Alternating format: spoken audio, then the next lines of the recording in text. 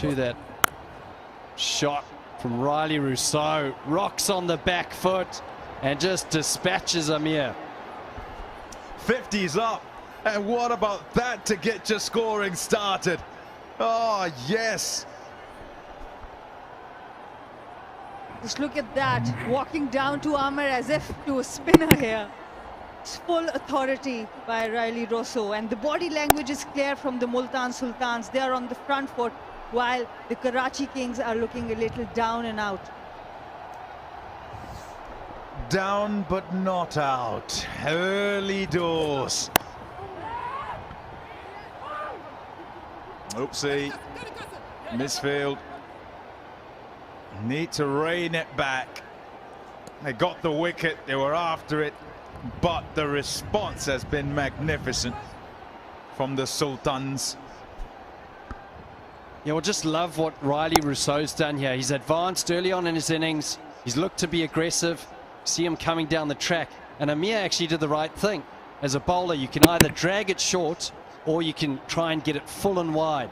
ये जो परफॉर्मेंस है अब नजर आ रही है, इसकी वजह ये नंबर भी हो सकता है, इनका ओपनिंग स्लॉट जो शायद इनके लिए ज्यादा सूट करता है, क्योंकि मिडिल ऑर्डर में वो नजर नहीं आया इनमें निखार जो एक्सपेक्टेड था. काफी टाइम से खेल रहे हैं ये T20 में, PSL में भी.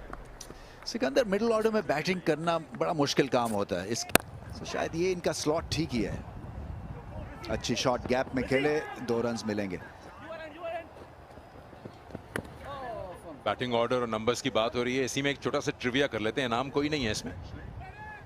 अगर जब कराची किंग्स बैटिंग करने आएगा, एक सवाल रहा है कि कौन करेगा ओपन, शर्जील, बाबर और मार्टिन गप्टिल. आप किसको भेजें? देखिए, मैं शर्जील और बाबर से ही ओपन करवाऊं. ये गेंद लग गया इनको क्या? जी हाँ, कमर पे लगा मेरे ख्याल से. इतनी ज़्यादा गहरी चोट नहीं होनी चाहिए, इसलिए कि उनकी एक तो सेंचुरी स्टैंड भी है और यूज्ड टू भी हो गए हुए हैं. मगर बाबर आजम को बहुत अच्छी बिगिनिंग थी, इसलिए मसला इसके, क्योंकि ये नाजायज आउट हो गए. मगर फिर शोएब मकसूद ने यादगार शॉट्स खेले, इसलिए कि गैप भी उनको मिला, उसमें दुरुस्तगी थी उनके शॉट सिलेक्शन में. ये बहुत आला छक्का लगाया उन्होंने, और फिर जबकि काम चल रहा था आउट हो गए. वो गेंद थोड़ा सा ज्यादा बाउंस हुआ, मगर रिजवान है अभी क्रीज पे. तो बात नहीं है कि बड़ा स्कोर देखने को मिल सकता है. ये बड़ा ग्राउंड है, स्क्वायर ऑफ द विकेट. यहाँ आप 2-3 भी भाग सकते हैं, लेकिन मौसम को भी थोड़ा सा नजर में रखना पड़ेगा.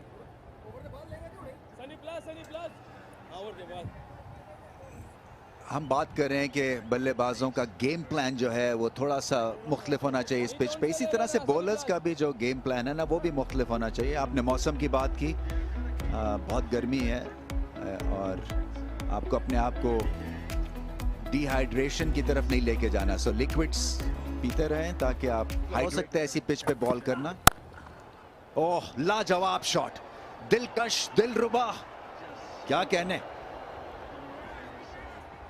ये पहली बार नहीं है इन्होंने जिस तरह से इस गेंद को खेला है. आगे आ रहे हैं बढ़ के और डिस्टेंस अपने और बॉलर के बीच में कम करते जा रहे हैं. बहुत ही उम्दा शॉट खेला, ना सिर्फ गैप हासिल किया, पूरी तरह कंट्रोल में इस शॉट के.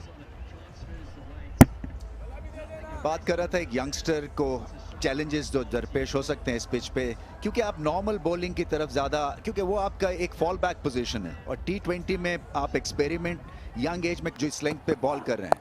देखिए, फिर शॉर्ट बॉल, फिर रन्स, चौका, बहुत आला बैटिंग कर रहे हैं. मगर लूज बॉलिंग भी अरशद की तरफ से दिखने को मिली. 15 रन्स पहले ओवर में खाए इन्होंने, और 75 पे 2 खिलाड़ी आउट.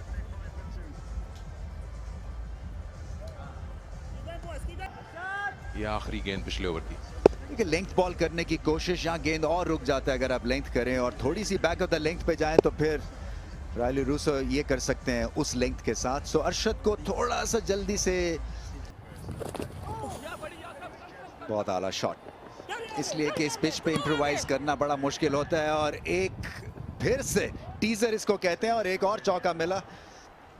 पहले अरशद भागे थे बॉल के पीछे, अब मोहम्मद आमिर भागे हैं. नतीजा वही, ठन ठन गोपाल, 2 चौके. लेफ्ट हैंडेड जीनियस मैं तो कहूंगा T20 में, और ये वो सटलिटी और इम्प्रोवाइजेशन और प्रेजेंस ऑफ माइंड, जो भी आप कहना चाहें आप कह सकते हैं शॉट में। और एक टीजर था, एक बहुत तड़पाया मोहम्मद आमिर को, मगर गेंद जो है वो रेस जीत गए उनसे।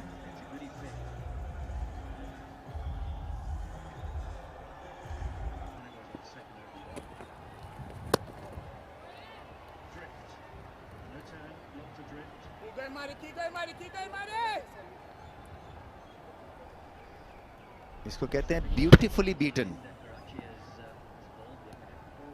फिनिश ऐसे लग रहा था जैसे उन्होंने एक ग्रेट चौका लगाया।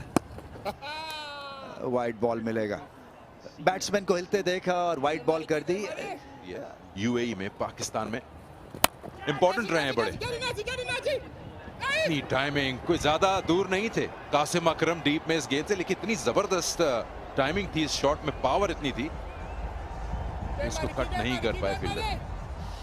बहुत वैल्यूएबल एसेट है, इसलिए कि मिडिल ऑर्डर में बैटिंग करते हैं और वहां पे जिस रफ्तार से खेलते हैं और जितना उम्दा इम्प्रोवाइज करते हैं। अब देखें 206 के स्ट्राइक रेट से खेल रहे हैं, 4 नंबर पे बैटिंग करने आए और फ्रीडम भी दिखता है, अकलमंदी भी दिख रही है। और हमारे यंग प्लेयर्स के लिए बहुत अच्छे ये रोल, स्वीप कर लें, स्विच हिट कर लें, स्लॉक स्वीप कर लें, और ये स्लॉक स्वीप और चौका बहुत ही आला शॉट थी, इसलिए कि गैप मिला इनको, 2 फील्डर्स को बीट करना था। एक दफा जब आप बॉल की पिच पे पहुंच जाए तो फिर काम आसान हो जाता है। बिल्कुल बॉल के करीब थे और बैक लेग झुकी हुई थी और फिर उसके बाद strong hit in front of mid wicket. बहुत आला शॉट खेले।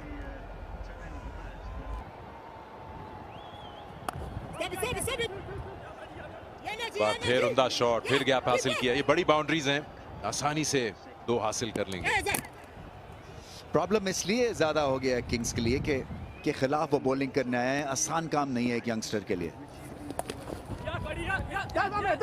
और बहुत ही आला सुकून के साथ एक मुश्किल शॉट खेले, सेट ही नहीं होने दे रहे हैं। इतना ज्यादा अच्छा इंप्रोवाइज कर रहे हैं और अटैकिंग इनके पास इतने बेहतरीन ऑप्शन है जिसका जवाब नहीं। एक लम्हे के लिए लगा कि शायद फील्डर डाइव करेगा इस गेंद को, लेकिन शायद रॉन्ग फुटेड हो गया और नहीं कर पाए डाइव, गेंद बराबर से निकल गई। बहुत जिसे कहते हैं कि बॉलिंग और फील्डिंग पोजीशंस के साथ एक खिलवाड़ हो रहा है। Up in the air, Riley Rousseau advances down, doesn't quite get it all the way, and that seems the back of a really well played innings. Well, the good news is he did play well. 44 from 24, so a really well-paced innings, really aggressive innings. The bad news is that it's over now, and a man who'd got himself well set, knew what the pitch was like, has to allow someone else in to take his place. The catch was taken very comfortably.